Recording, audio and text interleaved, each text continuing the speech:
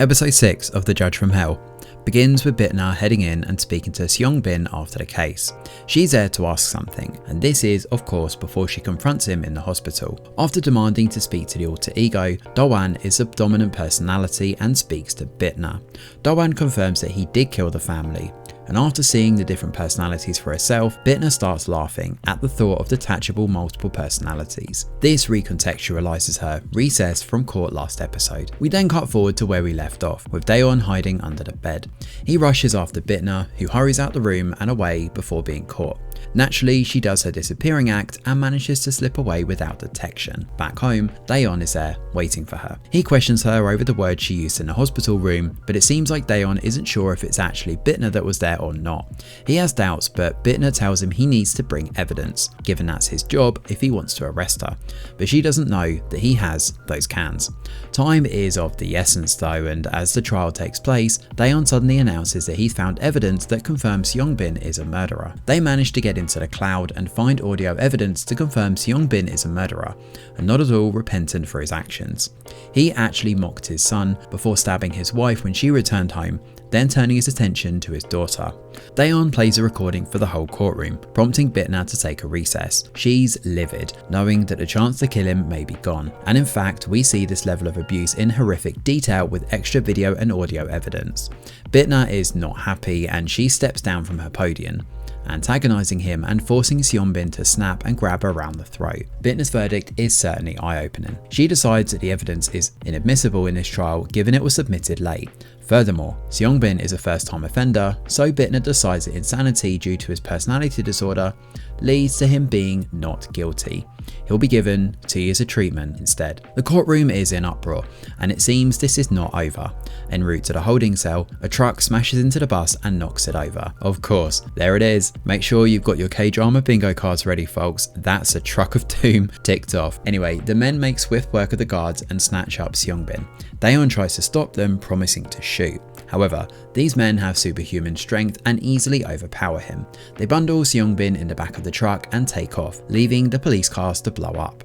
These men work for Arong, who does Bitna's bidding. Daeon senses that there's something supernatural here and speaks to Mando, trying to convince him to play ball. He calls him good-natured, but Bitna's assistant is jittery and refuses to do anything about it. Daeon is not happy and speaks in turn to Bitna. He pleads with her to do what's right and just, giving the family justice by doing another trial rather than enacting senseless murder. Bitna is stubborn and refuses, claiming that her sentencing is final. Daeon refuses to accept that though and props up a chair outside the apartment. While Mando stalls for time, Bitna decides to play judge, jury and executioner. She puts Seungbin through absolute hell, just like he did to all those poor people, and she even browns his forehead before stabbing him this time, just to add a bit of extra pain. And just like that, another one bites the dust. In the morning, Bitna leaves her apartment just as Daeon receives the call that Seungbin is dead.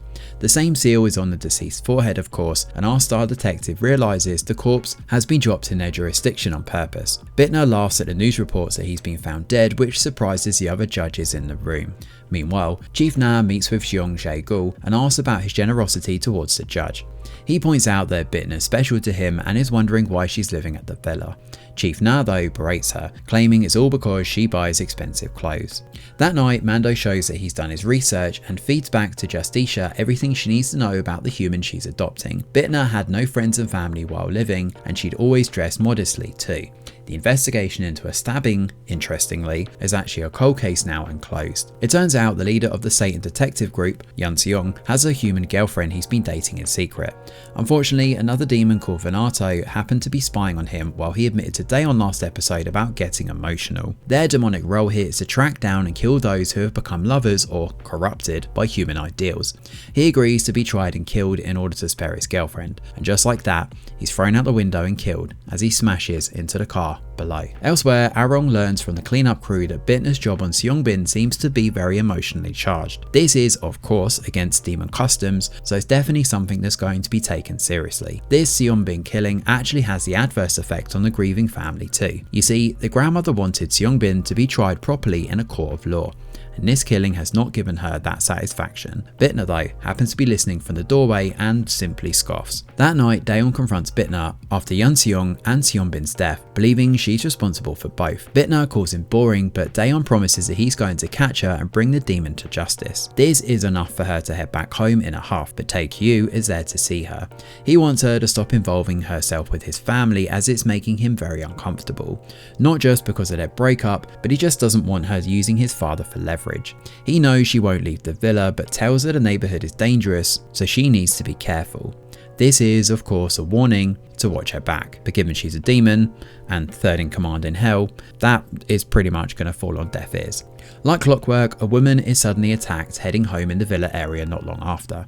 A man takes her into the alleyway and looks set to stab her, as the episode comes to an end. So the Judge from Hell returns with a slightly weaker episode this time around, and yes, the twist involving Seungbin's multiple personality disorder is resolved within the preview, so that's not much of a surprise. Honestly, I'm not sure whether it's Disney, who have a habit of spoiling things within their trailers for some reason, or SBS, who did the preview, but it's not a great look. We not only see that, but we also start to see evidence that Justicia is losing her edge as she's becoming more emotional as the episodes tick by. Her hard edge is starting to soften, which is quite poetic and ironic really, because the reverse is actually happening with Daeon. He's determined to track her down no matter what, and will undoubtedly start to narrow down his search and get Bitna eventually, possibly thanks to her empty cans.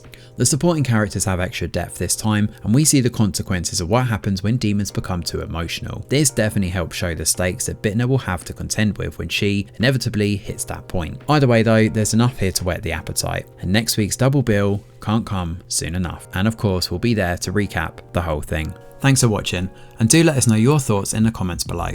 Smash a like or subscribe to the channel, your support is very much appreciated. I'm Greg Wheeler, and from all of us over here at The Review Geek, we'll see you on the next video.